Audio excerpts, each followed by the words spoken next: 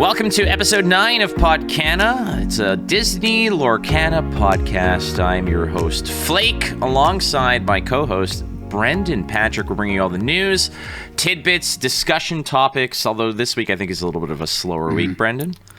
Yeah, I was going to say TLDR. There's not too much Lorcana news. We've had a bit of a inconsistent hype schedule on stuff releasing, so a little bit of a dry week.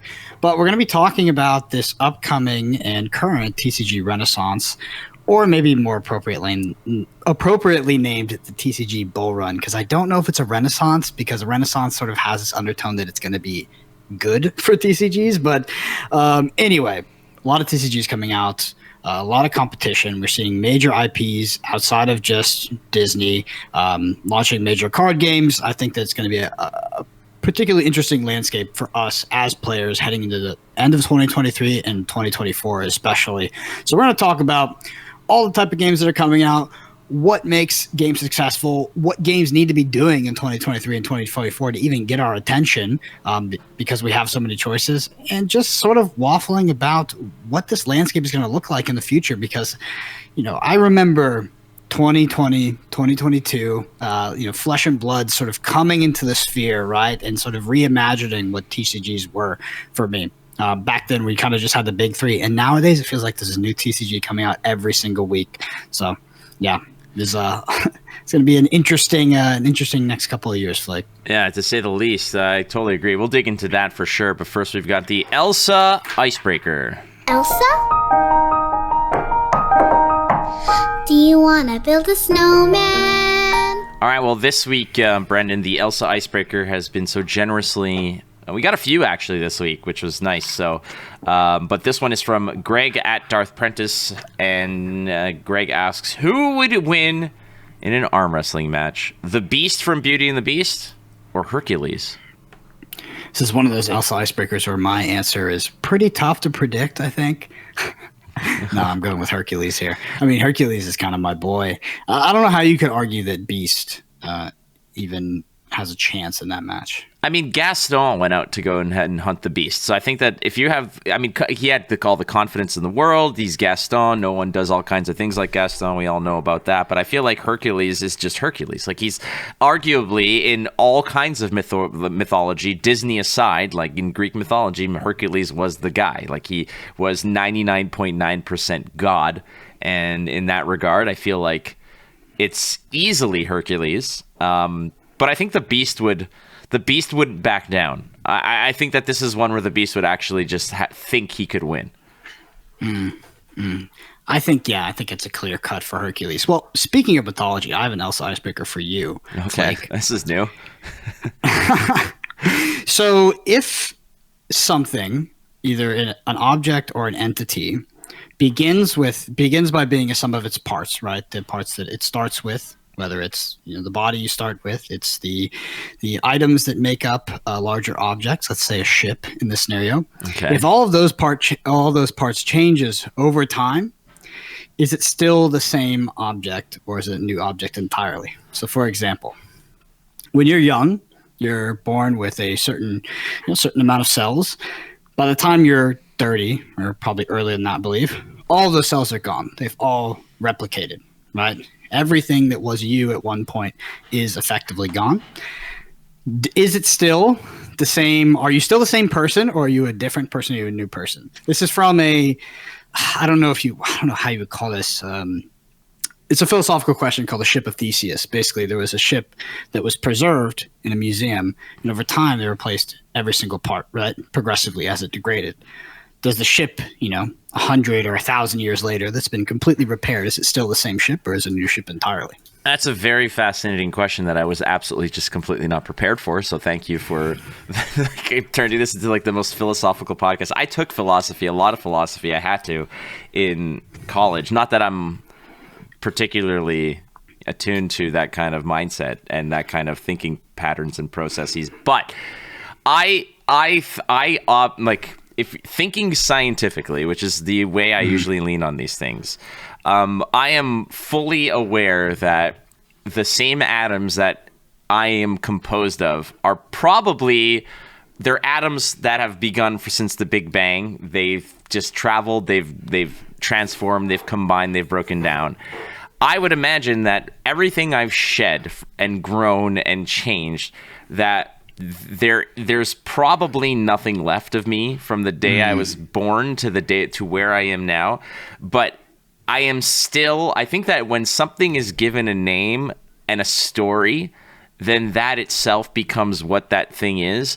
And the whole ship of Theseus of replacing, this plank and this mast and this sail and this oar, over time because of degradation, ultimately, it is still the entity of the ship of Theseus. It's like, it's like, let's use the list as a deck. Let's say you come up with a deck and you have a 60 card deck. Yes. If I change all 60 cards, do I have to credit the original deck builder? That's a good question. Well, how many cards must I change before I have to stop crediting that dude who says he built the deck? Yeah, well, there's that. I mean, but what I'm trying to get at is, let's say you come up with a deck and you name it like the Annihilator or whatever, and then over time you've updated it, you've changed it. It's still, you just call it the same thing. But all 60 cards are different. You've just given it the same name. Are you still playing the same deck? The second you change one card, I would imagine that by definition, it's no longer the same deck. And if you want to credit the person who invented it, it's like, I get it. It's in the same regard. I always see people who like take a meta deck, change one sideboard card, and post it as their own thing. And it's like, I came up with this. No, you didn't. You didn't come up with it. It is what it is. That's a tough question, and I don't want to answer it any further than that. Yeah, I don't think that there's a super clear-cut answer. You said for yourself, the Flake Di Marco, that you're a completely new person. I mean, the question begs is if there is some sort of metaphysical constant that exists outside of that process of degradation and rebuilding that makes Flake, right? So is that the soul then? Is that the proof or parcel of what the soul is? I think that some people would call it that, yeah. Look at us. What are we doing a Lorcana podcast? We need. So this is like the call for help to Ravensburger to release more fucking spoilers, because I mean we're going off the rails because we're digging up like Plato and Aristotle and all kinds of other stuff, and in the words of Kant, like, no, we're not going to go down that route. But we do have headlines before we actually dig into stuff. There has been a little bit of news. Besides, we'll get to the spoilers. The first thing I want to dig into is that this whole hobby store program that has been reported and confirmed by multiple sources as being a real thing. Now, what this is the hobby store program is basically that if you are a retailer who wishes to carry Lorcana on opening day, you need to apply for the hobby store program. It is not first come, first serve. It is a merit system where you need to basically prove to them that you deserve to carry their product, which I do not know how to interpret this other than if it's innocent, it's because they have absolutely nowhere close to the amount of product that they need to satisfy. So what they've essentially done is said, okay, no online retailers. You need to have a store. And if you have a store, you need to basically, we both swiped right, but you gotta be the one to impress me here. Yeah, it's Bumble, right? Like the Ravensburger has to message you first. Yeah, they're the ones, and it's like, okay, and what have you done for me lately? And yeah, so this appeared on, I think I don't know if it was like a Facebook page. I think it's a Facebook page, and it has been essentially corroborated by multiple sources that this is precisely what happened. Is that Lorcana or Ravensburger reached out to, or the distributors reached out to them and said, okay, did you apply to it? Okay, and now explain to us why. And what the criteria that they have said is stuff like how long that they've been a business, permanent seating capacity, I guess, to hold events, their past organized play presence and experience, as well as where they're located and such. It's such a tangled web, I find, that this already seems to be troublesome right out before the game has even launched. So Flesh and Blood did this, actually. But it's actually, I believe it's more strict now than it used to be. But what they're trying to avoid is people representing themselves as shops that are not shops, that are not going to support organized play in any manner, which they think their game needs to survive. And what they're really trying to avoid is people who are online retailers getting the product at distributor prices and then not selling it to the public, right?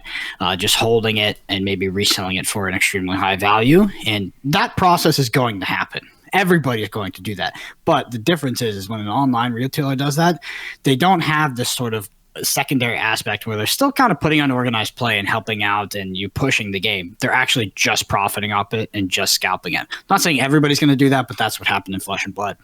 Famously, there was a guy in God, I don't know where he was, somewhere in the Northeast, but basically he had a record store that he claimed was a TCG store that he had locals and stuff. And he was able to get a lot of early Flesh and Blood first edition at very, very low prices. And it was a lot harder to get back then, a lot higher demand. And you could basically flip it for 5 to 10x immediately.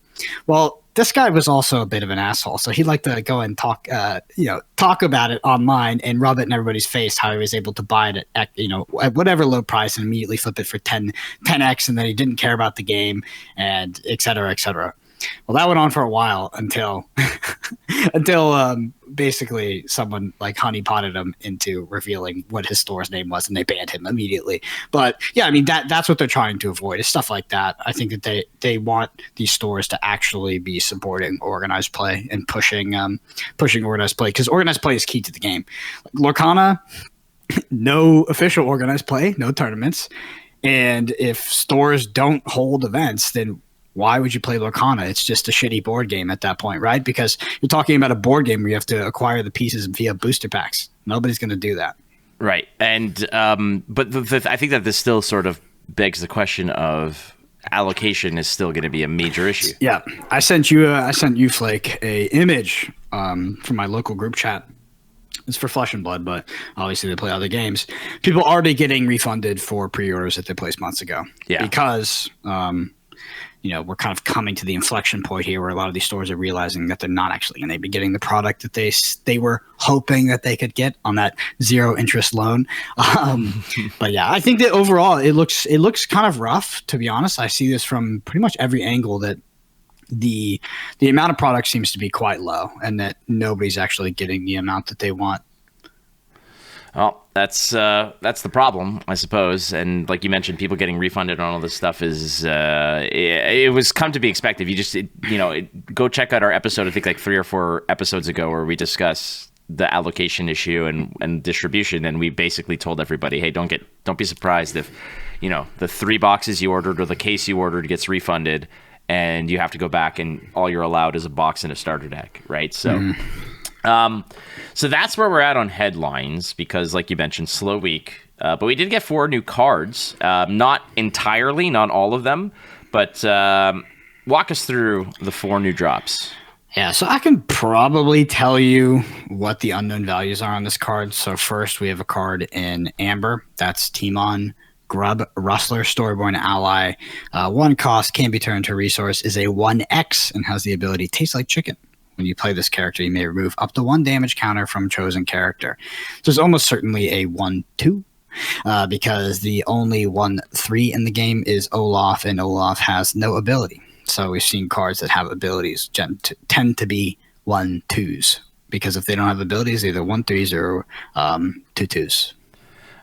Would imagine 1 lore as well. I think that's a fair assessment. I think everything has 1 lore. Yeah. Other than Maleficent, I think is the only 1-drop 2 lore. Yeah. So everything has 1 lore base, I believe, in Lorcana. So if you see no lore represented, it means if you're met 1 or 2, yeah, it's definitely going to be 1. It'd be because Maleficent has 2, right? Yeah, and it's a 1/1, and it also can't be turned to a resource. So right, that's a heavy price to pay. All right, next one would be in Ruby. It's a Sergeant Tibbs. I think this is from the Aristocats. Is it? I think so. I watched that movie like ages ago, and it never really appealed to me. I was never a cat person, so I have no idea. Mm-hmm. Sergeant Tibbs, a 1-drop, can be turned into ink. 2 2 attack. I would imagine there's no text on this that we can see. I don't know if it was just hidden or whatnot. My guess is you think that this is just the standard vanilla 1-drop 2/2? Yeah, it's red's one mana 2/2 with a pip. Everything has this right now. Every color, I believe, has one of these, like these 1 mana 2/2s. If they don't, it's for like a specific reason. But yeah, it's just the vanilla 1-drop that can be a resource in Ruby here. All right, now we're moving up the ladder. We've got in Emerald, it is Iago, a 1/4 for 3, can be turned into ink. It's got an ability called You Got a Problem. It looks like he's all riled up over here. But Iago, Loudmouth Parrot, has the keyword reckless. Something gains reckless. I would imagine that this is something where you're basically taunting.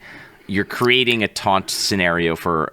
It's like the Reckless Beast or whatever the other card was.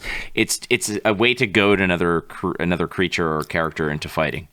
Mm-hmm. Yeah, I'm thinking this.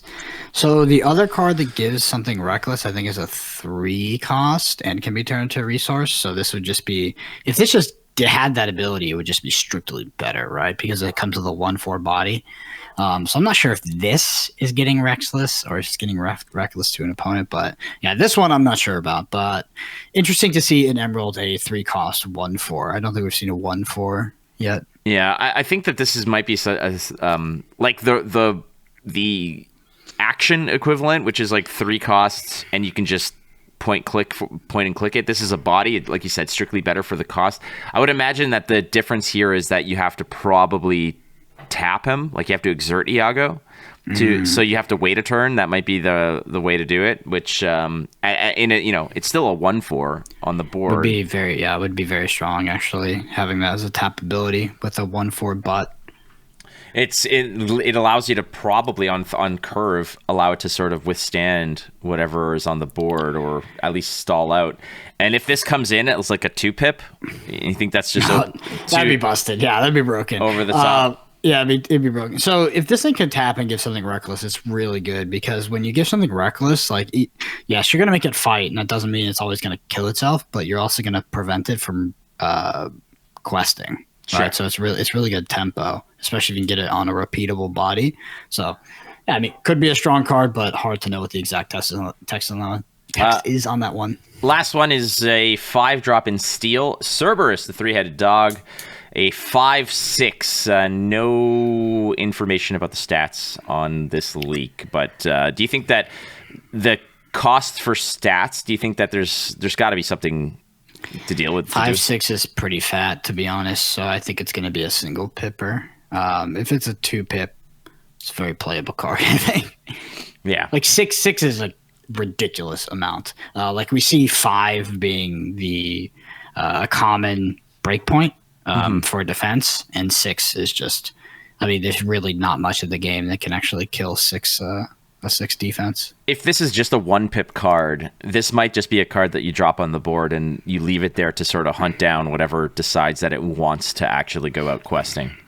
In the current, with the current cards we have, if this was a 5/6 1-pip, I would play it immediately in what I think is the best deck, which is Amethyst Steel. Yeah, it looks pretty good. That's the 4-pack of cards we got. So I think that Lorcana, like we mentioned, we are actually doing this show, every 2 weeks, because we're hoping to sort of nibble at the content instead of just sink our teeth in and eventually, hit concrete with it. But we're at a point now where we're kind of still painting with a fairly broad stroke. And there's still a ways to go, man. Like, it launches in August. We're in the middle of May. We've got 3 more months to wait before we can actually scoop some cards. Yeah, it's not too bad, to be honest. Like, August is sooner rather than later. Like, I thought that Lorcana was actually like, in my mind, when I was circling back to Lorcana, I thought it was farther off than it was. And I was like, okay, August is not so bad. And then there's going to be this tournament at Gen Con, which I probably won't be playing, but it sounds like it would be profitable. The prize is some sort of promo-based prize. Starter deck Lorcana, we can talk about that too. I think I heard this from somebody else. I haven't actually verified the information, but I believe there's a starter deck tournament at Gen Con for Lorcana. Mm-hmm. I heard that too. I do believe there is some sort of promo-based prize that would definitely make it worth it. That being said, I don't know if Starter Deck Lorcana is going to be super fun because I think there's going to be an objectively best deck to pick, most likely. And if you make the wrong choice, you'll probably be heavily punished. At the same time, Lorcana feels like a game that you want to play with the best decks, not card soup kind of decks. At least that's been my takeaway from the gameplay I've had so far, is that if the game, I definitely want to be doing busted stuff as often as possible. Yeah, this is a situation, I think, that if there is a tournament that is a starter deck based tournament, if they release the card list for the tournaments like well in advance, people are going to be able to just immediately say, bang, bang, boom, this is going to be the deck that wins the most. And then it becomes a problem, because what if you go to this tournament and you do have a choice and people figure out that, oh, it's like this is the combination deck, or this starter deck is the number one deck. Then it becomes a matter of who's in line first and who has that access to that information, right? So I've already seen how many of my buddies who play One Piece and go and like, to them, the hardest part about cashing out in a One Piece tournament is signing up for the tournament, like, because those sell out in minutes, and those are like, just so they have to be there on 3 different phones and 2 browsers trying to log in and get in there, because the promos are so valuable. Because so this might be the same situation where people are looking at playing in these tournaments, getting all the inside information because they absolutely desperately want to just get the plus EV on this. Yeah, card gamers are weird when it comes to plus EV. You see them make very irrational choices when there's any sort of manner of plus EV around. For instance, there was the One Piece that you were talking about. There's a regional tournament about 15 minutes away from my house. So I went down there this past weekend. And on Sunday, there was a 2-hour plus line that you could wait in that was far out the door for the opportunity to play in a side event.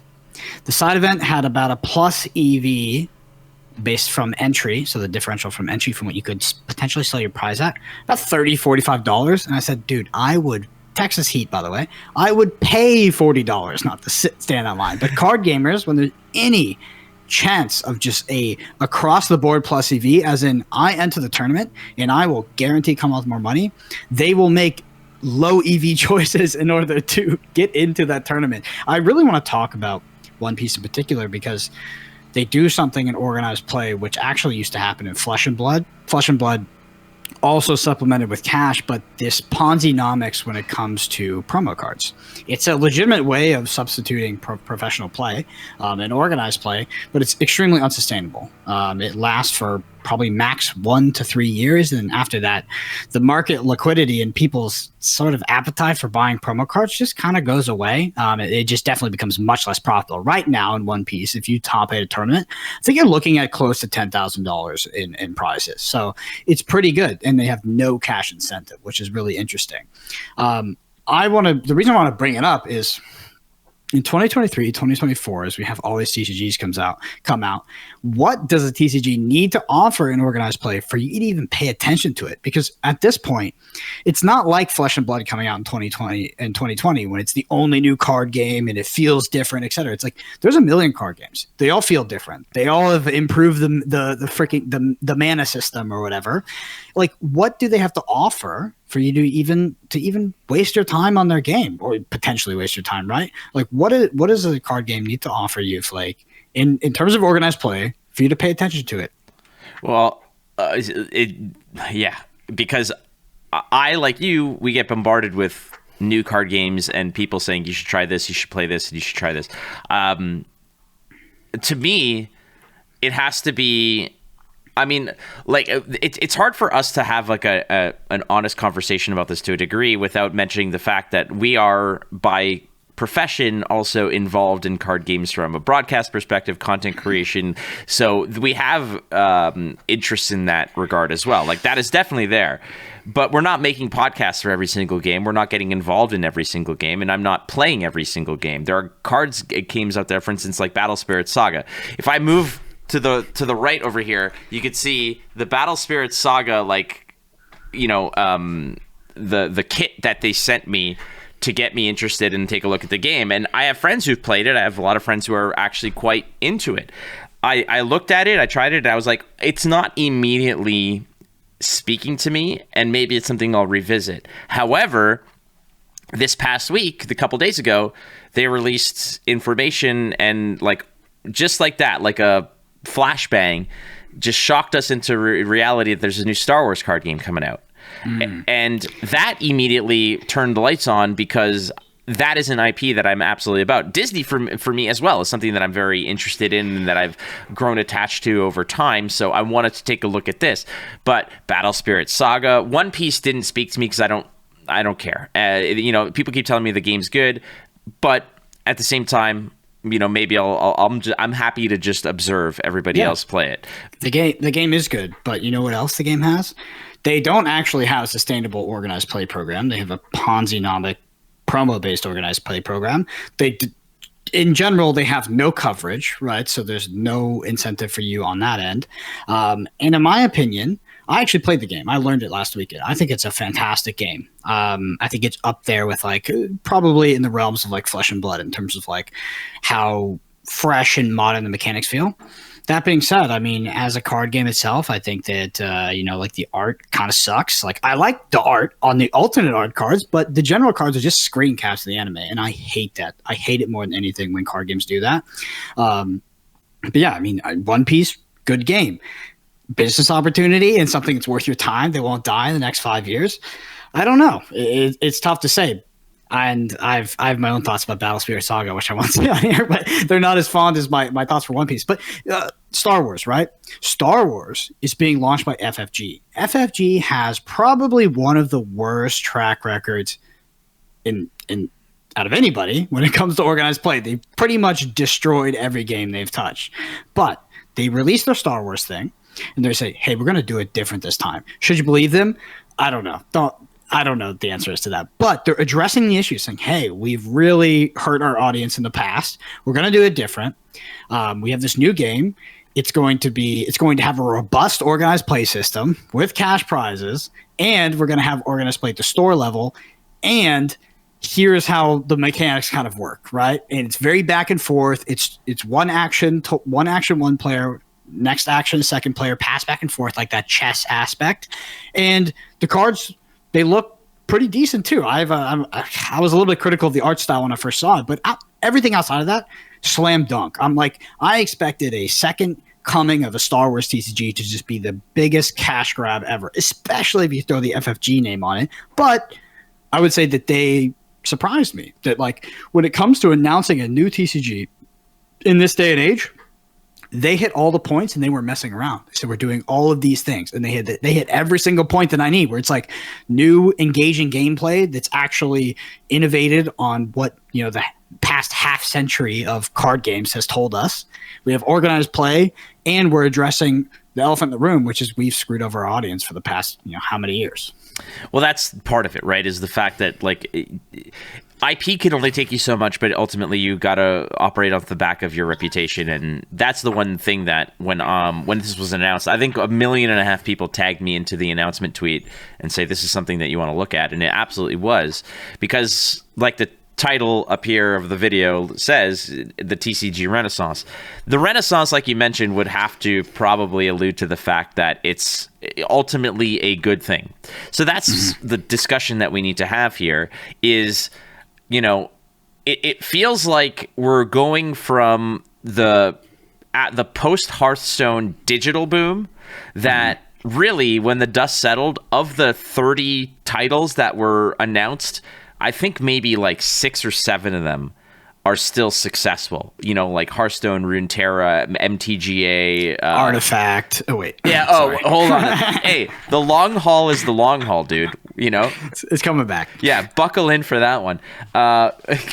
Side story about this. I don't know if I've ever told you this story, but the whole thing about Artifact that really turned me off of it and really put a sour taste in my mouth with a bunch of the content creators surrounding it is that the ones that Artifact brought in to sort of hype up the game and try to convince people that it was not that the game was good, but people were a little bit skeptical of the buy and sell market system of the game. So what these people did, I'll be kind, was in one tweet, they would talk about how amazing the economy and how friendly it was to new players, because a new player can go spend, $40 on getting 2 or 3 decks, wherein 30 of those dollars are buying the expensive stuff, and then you're spending 10 on like every common and uncommon. Like, you can do that. They're on the marketplace. Demand will drive the prices. So they would basically, in a heartbeat, tell people, no, you're wrong. This is an actually better system. It's not predatory at all, blah, blah, blah. And then 2 tweets later, they're talking about how they bought every single axe on the market because they're going to make a killing fleecing scalping them. Like, those tweets were literally hours apart, and I would look at this and be like, you guys are absolute scumbags. Like, it has nothing to do with the market. It's just the fact that you guys, like, these are the liars that you're putting to face the game. I have a modern and current similar thing. So I'm gonna say a statement. The statement is both, I believe, to be objectively true and total bullshit. Marvel Snap has one of the best free-to-play experiences ever created. So it's true. You load up Marvel Snap, you play Marvel Snap for free. That, as like a self-encapsulating game, is a fantastic game. You slowly acquire cards, you're building your collection, you're having interactive experiences, you're getting to play their card game. Like Hearthstone, you can't freaking play the game, and it's awesome. But turns out, as you keep playing, and then maybe you go up in ranks, you've been playing it for a while, it has the most predatory, disgusting, like aggressive monetization model that has ever existed. Like, it's not hundreds of dollars to play Marvel Snap. It's thousands. So both statements are true.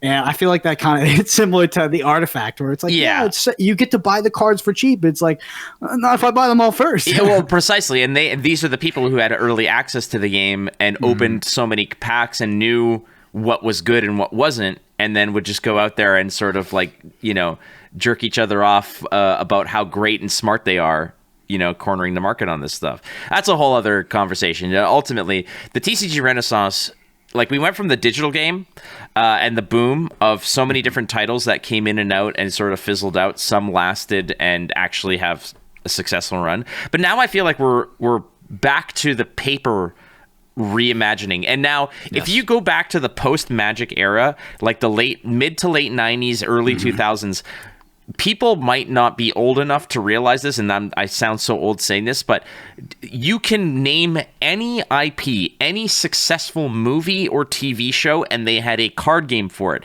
Did you want to play the Austin Powers card game? You could do that. Did you want to play the 007 card game?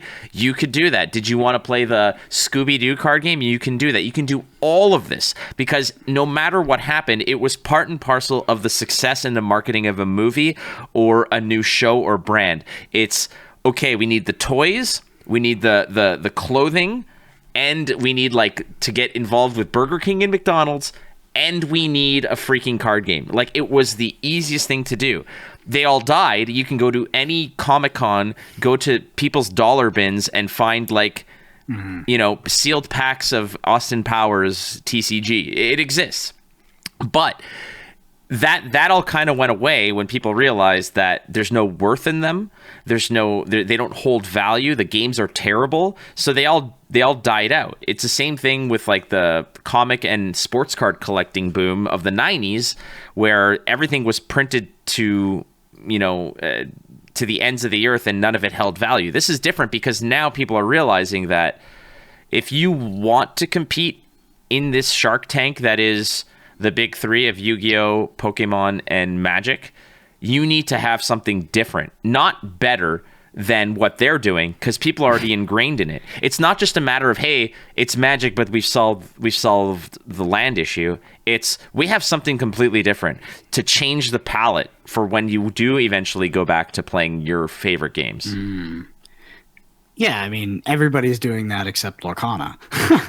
Well, which is, that's the, so the thing is, Lorcana is the only game that's coming out and is basically saying you're on your own for organized play, right? We'll give you something in terms of store play. We haven't heard anything about a judge program. The store play is not based off winning, which is fine, by the way, but it might just get a little boring. It's based off some sort of, like, participation and bringing new people in. I think it's a good idea. It's a good idea idea, but I don't know if it's going to be executed that way, because why do people come back week after week to play? I think that the starry eyes that your game is going to immediately be Commander Magic the Gathering just never happens. No game ever executes that. Commander itself is an outlier. And this idea that you're just going to have this community-based game that people just come to play for fun off the bat, it just doesn't really happen in TCGs. Could it happen? Yes. But Lorcana is the only one that's coming out that's going just off the bat is not giving us too much. They're not giving us organized play. They're not really giving us any new mechanics. Basically, they're stripping mechanics, right? They're stripping out all the mechanics. And they're saying, this is going to be easier to understand. Is it? I don't know, right? Because, like we've talked about before, chess is pretty easy to understand, but obviously it's a freaking very complicated game. It's not hard to figure out what the pieces do, but you play against better and better people. It's infinitely hard. Flake, I'm really surprised. I was surprised that the TCG Bull Run or Renaissance is coming back, because you're right, it did happen in the late 90s. If you don't know about that, Flake is absolutely right. Go look into it. And what's particularly funny about that, before I segue into how I heard about this the first time, is that I had this conversation when I was at the One Piece regionals.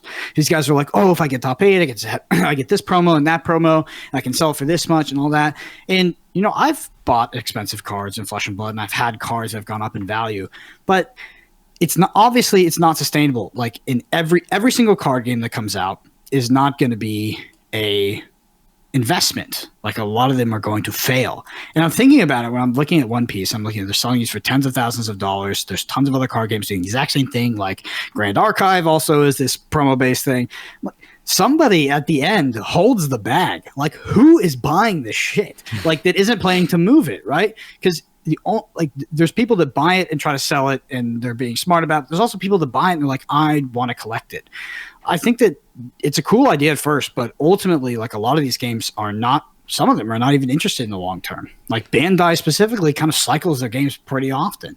And yeah, this whole system is, just like you said with the 90s, there's so many card games that died, way more died than sort of were created. But it's like, I first learned about this when I was hanging out with my friend Zach Bunn, who owns Team Covenant. I was at his house in Oklahoma. It's back in like might have been late 2021 or early 2022, but we were playing some old card games. We're playing old Keyforge.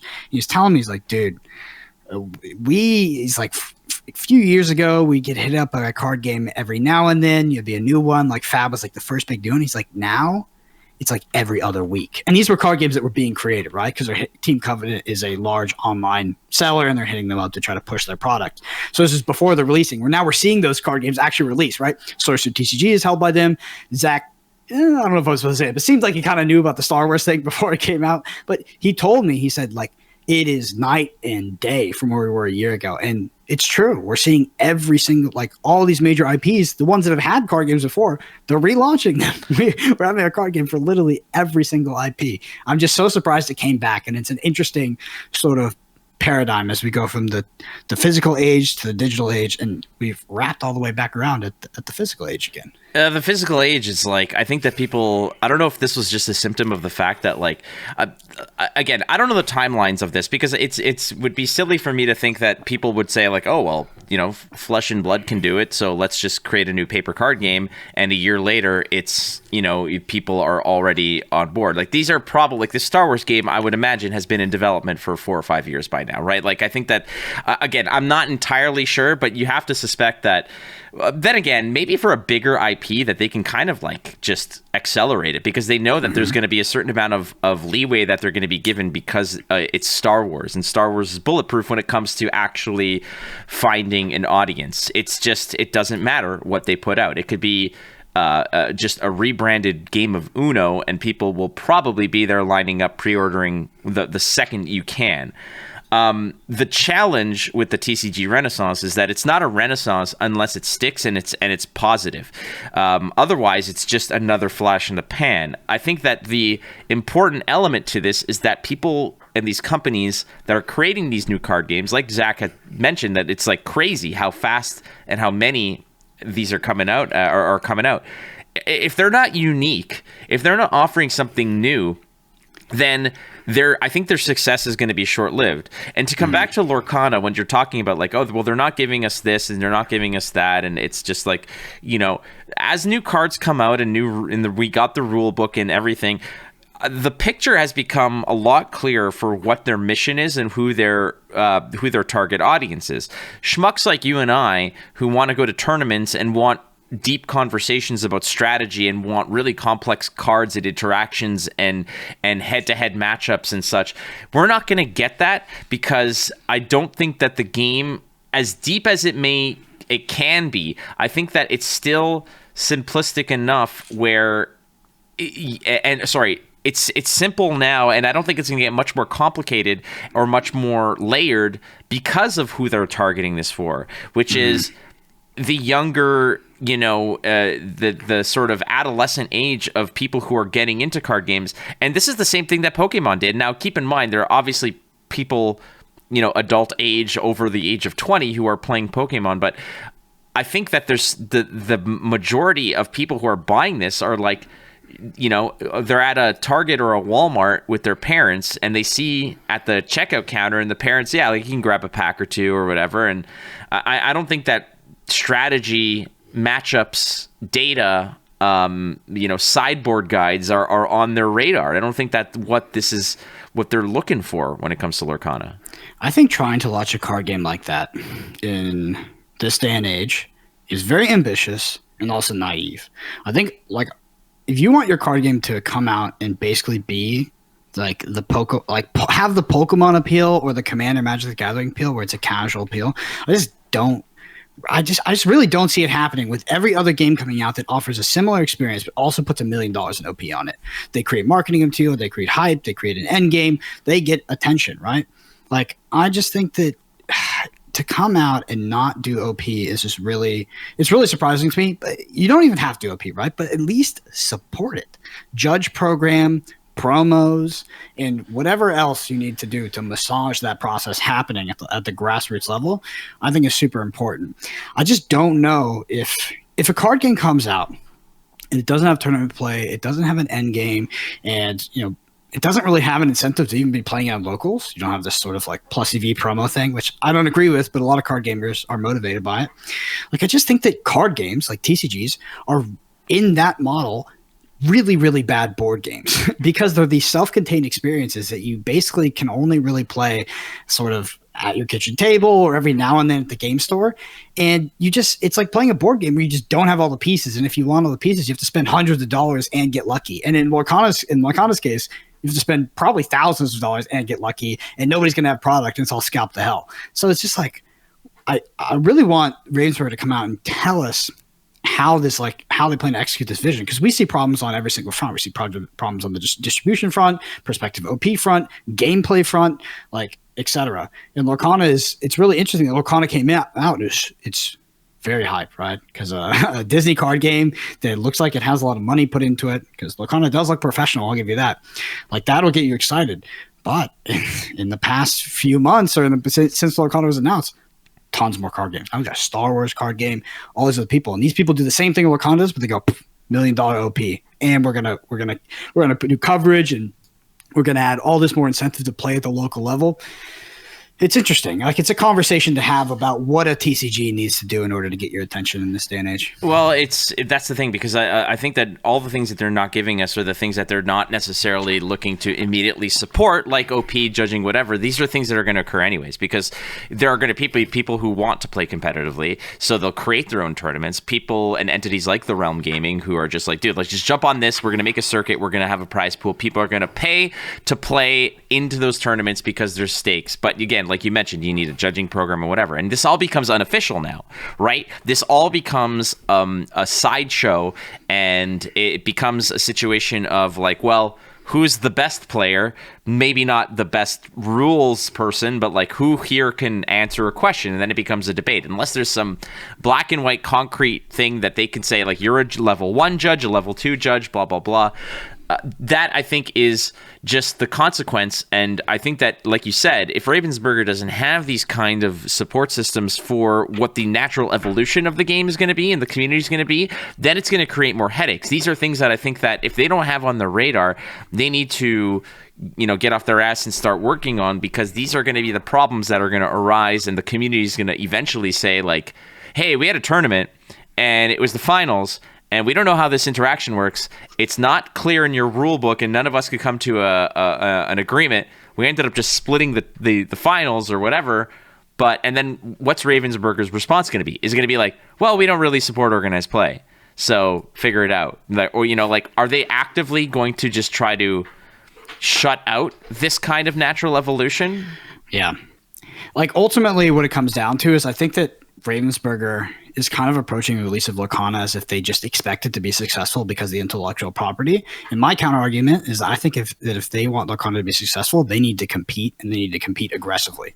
Because there's other options out there. There's other cool games with big IPs coming out that might even be better designed. So I think that Ravensburger needs to compete. I could be wrong. I could be super wrong about this specific point. I genuinely don't think you can release a game with zero organized play, zero comprehensive rules, and major community support, and just be like, people will enjoy just playing it and collecting it. I just don't think it's going to happen, dude. Not with a million things sort of out there to compete for people's attention, and for there to be long established brands and IPs that already fulfill that role for people, like Pokemon, like Yu-Gi-Oh!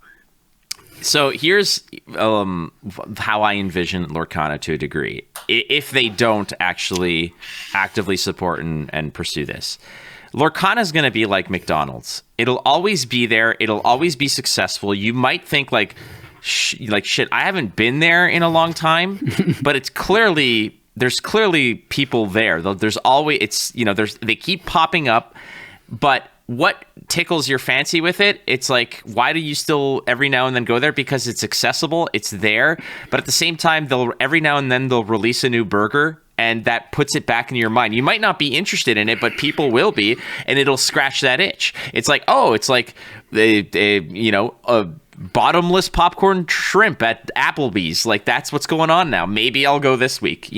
It's the kind of thing where they might come out with something every now and then that might tickle that fancy, but at the same time, there are the diehards who are just craving to eat fries, they don't care about anything else. They just want to go there once or twice a week to rip packs and play games and whatnot. Like, that's the kind of thing. It's not like you and I who are like, no, I want to go there because I want to try something new. I want to actually have a fulfilling experience or whatnot. But our fulfilling experience is different, because the person who goes there and all they want is to dip their fries in some ketchup and in the parking lot, like, they can do that.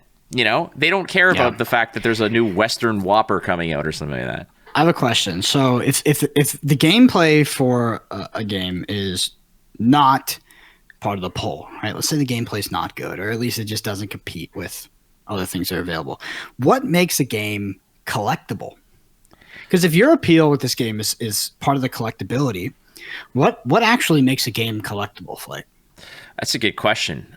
To me, the collectability is some sort of relationship between scarcity, yes, desirability, and the appreciation of value.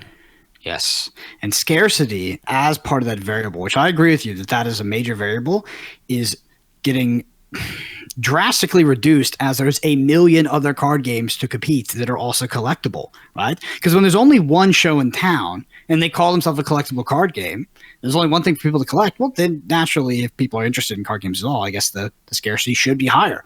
But if there's, a million fast food restaurants on that little cross street, well, it's harder to sell me that, to say that, yes, this is a collectible card game. Well, why is it collectible? Well, because we expect the secondary value to be stable and high. I mean, it's a hard sell, right? Right. Because ultimately, we're buying pieces of paper or card or whatever it is, card stock. It's not inherently valuable. So how do you make it actually collectible? How is that part of your pitch? I just don't think it happens in 2024. Like maybe 2-3 years ago, maybe. But nowadays, yeah, you can't. I just don't think you can release a game and be like, collectability and tabletop fun first. It's like So the thing here is that there's going to be a difference in terms of taste and options here, because the reason why you might go to one fast food restaurant is, okay, the reason why I go to fast food restaurant A is because it's cheap. That might be your appeal. The other one was like, well, you know what? Some people are like, you know what? I'm going to go to this one because it just tastes better, but it's more expensive. But I'm okay with that. So I'm going to go to that one. So it's like, okay, well, this is an IP I like, but the game is like so-so. But I do like the art. I do like the collecting Disney stuff. But the game rules are not necessarily scratching the itch that I might have with another one. But the other one is kind of like not many people play it. It's not very accessible. Like there's going to be this give and take. And I get what you're saying when it comes to the fact that there's just a finite amount of people's attention, disposable income, and their desire to collect multiple things. I got shelves and shelves of cards that I'm like, I cannot pick up another card game aggressively or to the degree that I want to, not because I may be financially strapped, which to a degree when it comes to card games, that's what it becomes, but because I just don't have space or time to organize, to play, to get involved in the culture. This Star Wars game that got announced, I was like, do I have any more bandwidth in my mind? And then, but it's a lot of mind bandwidth. You're right. But hold on. But the selling point that got me on board was Star Wars. Like, that's the whole thing. And this is where it comes back to it, because like the arguments of saying, well, how is this game going to succeed if they don't have X, Y, Z? They have Disney, dude. Like, the people need to come. It always comes back to the fact that there's this burning nucleus that everything is built around, that people have this gravitational pull towards. But how long can that hold somebody's attention? That is a good question. That is a very good question. And I suspect that Lorcana might just be... I mean, I'm trying to think of other card games that have stood the test of time, that have just declined into sort of like I mean, when Pokemon just came out, I was collecting cards. I collected some of the first sets that ever came out. The second one, like Pokemon Jungle or whatever the second set was, I was like, oh man, a new set. This is awesome. New Pokemon, new mechanics, do this. And then I kind of stepped away because the prices were outrageous. When I revisited the game, like 20 years later, I was looking at cards and I was like, what is this? You know? Yeah. And Pokemon actually has good card, like in my opinion, good card design. Which is funny because a lot of us got started playing Pokemon or playing by just collecting cards and saying my Charizard looks better than your card, so it's better than your card. Yeah. Back on like the cul-de-sacs that we may have grown up on or something like that back in the 90s, early 2000s. But I don't know if you've ever played. I had no idea how Pokemon's played until about a couple months ago. And Pokemon actually has good card design. It's surprising if you have an appetite for a certain thing in card games, and that's doing busted stuff. And you can do the most busted things I've ever seen out of any card game in Pokemon. Like, cards that come into the field and draw 3 cards are underpowered in Pokemon. Yeah, there are cards that's like draw 7. What? Draw 7. Yeah, discard your hand, draw 7. Well, what if I have no cards in my hand? Draw 7. Yeah, it's unreal. And this was the one thing where, like, I remember there was that card Bill. Bill was like draw 2 cards or something like that. And I was like, that's cool. And I could play a trainer for free and I can draw 2 cards. And I think that, like, I like to consider myself ahead of the curve when it came to things where I valued things like card draw and having options. And I was like, people are like, oh, well, it doesn't really do anything. Why would you want that when you could have this? I'd be like, yeah, but this gets you access to that and other things, like, anyway, that said, Pokemon now is a thing where it's like, I remember when Charizard was like, oh my god, I could deal 100 damage in one swing. That's insane. And now it's like, all right, I can put 2 energy on this dude, bust you up for 300, and then I've got a 200 HP like mammoth that you have to punch through. Yeah, the funny thing about Pokemon, and this is a little bit of a tangent, is that even in that, like, back in the first set, I mean, I'm pretty sure you had Professor Oak, which was discard your hand, draw 7 cards. And also, I don't even think Charizard was, like, super good. I think it was just Hitmonchan hitting people for, like, 10. And there's, like, little combos. Yeah. There's classic card games where the big thing is actually not any good. But, yeah, just circling back to it, I just think this question is really interesting. And if you have an answer to it, definitely let us know in the comments, which is, what does a new TCG have to do in 2023 and 2024 to get your attention? Is it the IP? Is it organized play? Is it the gameplay and the design? Is it the art, etc.? There's a lot of boxes to tick. And for me, I think one of the most important ones is I need and I know I'm an outlier here. He's like, I need an end game, right? I need a reason to play the game. And if your reason to play the game is just fun, I'm not doing it with a TCG. I'm not. It's just a bad board game. I'd rather go play a fun board game. I can buy it for $20. It's a self-contained experience, and I'm not opening booster packs to have fun, right? I want a reason to play a TCG, something I can get better at, something I can compete at, something I can meet people at, etc. Like TCGs for me are not just this linear question of, well, it's fun, because the acquisition model is terrible. It's very much akin to when you queue up in any video game or any digital experience. Do you go immediately into ranked or do you go into casual? And like, same thing with Overwatch. Like, I play Overwatch with some friends fairly regularly, and if we're in casual, it's a whole different feeling. If it's in ranked, I'm like, there's some weight to this. There's some actual gravity to my actions. I need to make sure that, like you said, if you want to have fun, like people, like there's nothing wrong. I just want to go on record. There's absolutely nothing wrong for people to go collect cards, play games where the objective is for them to have fun and have an enjoyable experience. That's honorable and that's awesome. We do the same thing. We just find that fun in different ways. My fun when I'm playing a card game is in the head-to-head, the competition, the mental sort of gymnastics you have to do to come out with a play and to best your opponent. Do I have enjoyable experiences when I lose? Absolutely.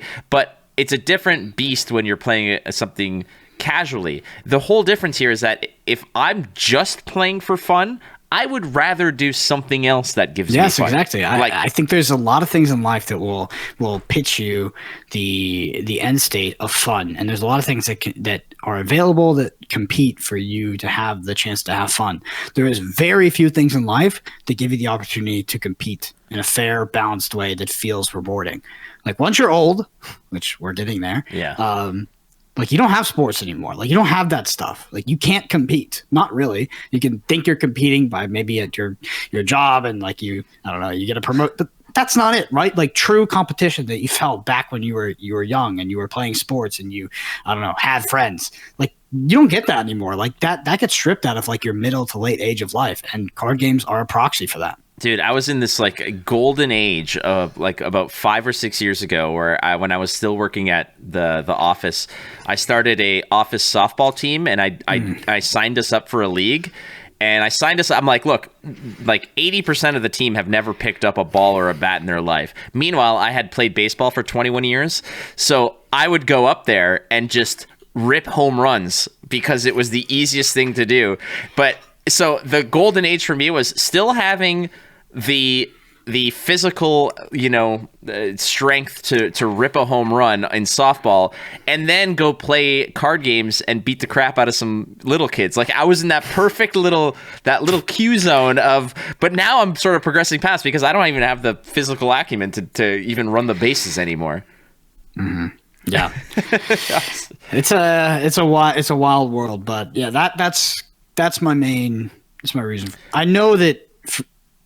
The number one motivation for me playing card games, the fact that it's not fun, I know that makes me an outlier, but I do think it's because there's so many things that compete and give you the option to have fun. But for you to have the option to compete in the sort of the boundaries that card games give you, where they're extremely fair, input to output in terms of reward and hard work, like they are this sort of like pretend version of like real life success in a condensed experience, and it's very rare and it's very addicting, and that's what I like. Needless to say, that we are definitely in an age where we're going to see more card games than probably we have not seen in the past like 30 years. So yeah, it's good for us, right? The card games are no longer like the card games themselves don't hold the value. You as technically it's always been like this, but more than ever, you as the consumer with your intention, you hold the value. They are all competing for that. There's not one show in town. There's not one card game that makes you feel this way or has this mechanic. Like there's going to be plenty of options. So you should choose the one that treats you the best as a player and gives you the best experience. Well said. On that note, we've got some submissions for Spilled Ink. You want to hit us off, buddy? Sure. The first one is from Lorcana Inc. They say, I'd love to hear your opinions about proxies. Are they legal? I realize we're no lawyers. What can they do For the community / product, what are the pitfalls? How should / shouldn't they be used? It's a controversial topic, so I understand if you'd rather skip this one. So I actually don't think it's very controversial. It's just the context in which you're asking about proxies. If you're talking about like right now, I mean, I think you only do them favors by playing their game before it's been released. But there's early days in card games, at least in like things like Flesh and Blood, which is I think going to have a similar product life cycle to a Lorcana, at least in the beginning, where it's heavily scalped and very hard to get. There's going to be a section of people that really enjoy the concept of them having a card that someone can't, and will, as a result, really dislike proxies. One of my least favorite things about card games and trading card games, collectible card games in particular, is how inaccessible some of the pieces to the game can be. So for me, my personal ethos is I want everybody to be on a level playing field, because if the playing field is not level to the point where you don't possess a game piece that I possess, I think the game sucks. And it's just a cheap, fake form of success and winning, right? Like, I think that if you actively search that out as a player, that's just wrong. I think that you should want everybody to have access to all of the cards, because then you can actually play the game, right? I agree. I understand the legalities of not being able to bring a proxy to a tournament or whatever, but like you said so correctly, is that at this stage, that's the only outlet we have. And for those who are like, well, why don't, proxies are one thing, but play it online on like TTS or something like that. Those are also proxies. It's the same thing. It's the exact same thing. So for everybody who's out there printing cards and playing the game and figuring things out, that is, like you said, that is precisely the right thing to do, because it only supports and grows the community. If everybody had to say like, whoa, no false starts here, like wait till the gun fires off, we can't have that. Like if Lorcana was out there hunting these people who are printing the cards out to play on their kitchen table, they're not selling them, they're not doing anything. My thoughts on proxies with Lorcana specifically in mind is exactly like what Brendan said. It's a good thing. It's necessary, in fact, because we're not in an age now where you pick up a magazine, see an ad for a game, and say, oh, I'll come back in 4 months and see what it's about. It's the second that there's an announcement, like that Star Wars game, everybody immediately starts just proxying it, figuring things out and whatnot. I mean, you already know like what the best color combination is in this deck, because you basically played the decks and put the stuff together. So it's definitely a good thing. It only does good things. Now, when the game is released, am I for it? Officially, no, not for tournaments. Unofficially, I could not care less. I'm officially for it for tournaments. I know it's never going to happen, but I'm for it. I fucking hate it when things are not accept, because it ruins the integrity of my game. I come to card games a lot of times to beat my opponent, but if we're not on a leveling playing field from the start, they don't have access to the same game pieces, it's fake. It's not a real game. It sucks. So even though it will never happen, and obviously there's issues, but if you could be okay with proxies in a tournament, hell yeah, I would be all for it. Everybody has the same pieces. Nobody has excuses when they lose. Love it. Here's a fascinating one from Logan Peterson asking, what color would each Simpsons character be in Lorcana system? I think that this is like, there's too many characters to go through. Also, the color identities are starting to kind of flesh out in one way or another, but how familiar are you with The Simpsons? Are you a big fan? No, not at all. That's the problem. I was gonna say, I think it's like it's a little bit like just slightly before my time. All right, so I'll answer this one, and I think that I'll pick one character, and I think that's Mr. Burns. And my color, and the reason why I'm picking this is because I think Mr. Burns would be precisely what your favorite color or your strongest color combination is, which is steel amethyst. A character whose whole idea and their whole mantra of being is like working in the shadows, disrupting your opponent, messing with their stuff, being kind of like inaccessible and greasy in that regard. And I think that's I would say that Mr. Burns would probably be a steel amethyst type of thing. I have no loyalty to steel amethyst. I will change as soon as there's a better color. Well, yeah. Probably not moving off of amethyst, because the other colors don't draw cards right now, and amethyst draws a lot of cards. Yeah, and you need those, man. Unless you're top decking Maleficents and Mickey Mouses off the top to mess with your whole. Yeah, that was pretty good. Pretty good. All right, next one is from. Oh, I got you. From Lorcana, Illumin. They say, is Beast an animal companion? Ready, set, discuss. That's a fascinating question. So, animal companion. I think that the question here is more so along the lines of whether Beast is is Beast a person, like a man, or is Beast an animal? I'm going to interpret the question that way, but I mean, you opened the entire show with quite the deep, like, root of our being. Are you who you say you are? Like, are you the same person today as you are tomorrow, kind of thing? So we should give this an equally deep answer. So yes. Yeah, that's the ready. We've hit the set. The discuss part is what we're lacking here. It's hard to say because, again, this goes back to the soul or the being, like the true nature of what the beast was. Where at the beast's heart, the beast wasn't an angry monster. He was just somebody who got caught up in some foul play and some nonsense. Can't wait for Lorcana Lumineers to comment on this video and be like, dude, I was just asking about the subtext on the card. Yeah. Do you think the cards, like, yeah, exactly. What tribal is it? No, we're going to get into the most metaphysical conversation that is going to probably ruin your entire life at some point. Yep. This is the cry for help for more spoilers, please. Yeah. Give us more cards. We got to talk about stuff. Also give us some other good stuff. Like, this is, we could dig into this, like, if nothing happens in 2 weeks, but do you feel like we've seen everything besides the cards? Like, or what's lacking? What are we missing?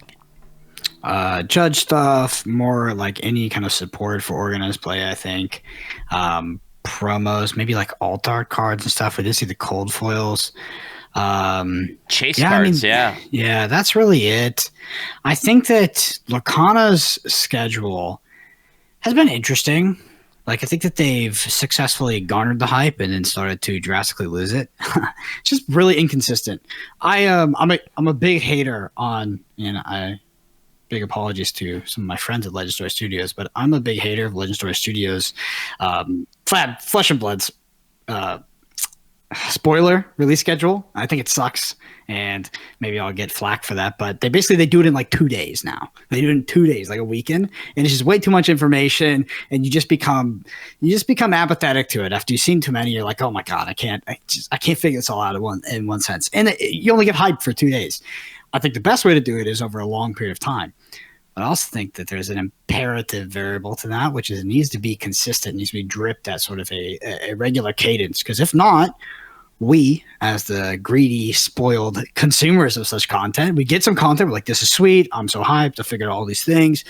And then you don't do it for 2 weeks, and we're just like, F you. We get pissed, right? Because we get accustomed to the information. And when it turns off, it's like, yeah, it sucks. It's a fine balance because I, like you, agree. I think that the Flesh and Blood release schedule is way too condensed. There's so much more that they could drag it out for 2 weeks if they wanted to. They could drag it out for a month. They could do a card a day. Like, there's so many, but it's just like the logistics. Obviously, it's easier to do it in 2 days for many, many, many different reasons. But yeah, I digress. All right, well, that wraps up Podcana episode number 9, Brendan, and thanks again to everybody who supplied questions and comments. And again, what is your interpretation of the TCG Renaissance? Are we in a new golden age, or what does Lorcana have to do to separate itself from this influx of new titles that are coming out? Leave us a comment. You could tweet at us at Podcana. You can tweet at Brendan at BrendanAPG or myself at WatchFlake. Don't forget, please, to subscribe to the channel. But the best thing that you can do for us is give us a hefty, nice 5-star review on whatever platform you listen to. It does wonders for us. And I do like to give another thank you to Lorcana, because Lorcana does a really good job of giving us all the assets that we need for this kind of stuff. And I recently figured out that we can post directly to lorcania.com. So I use Lorcana for literally everything. Yeah.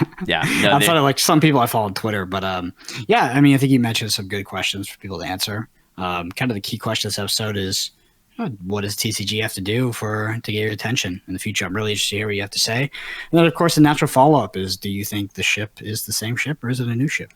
Yeah.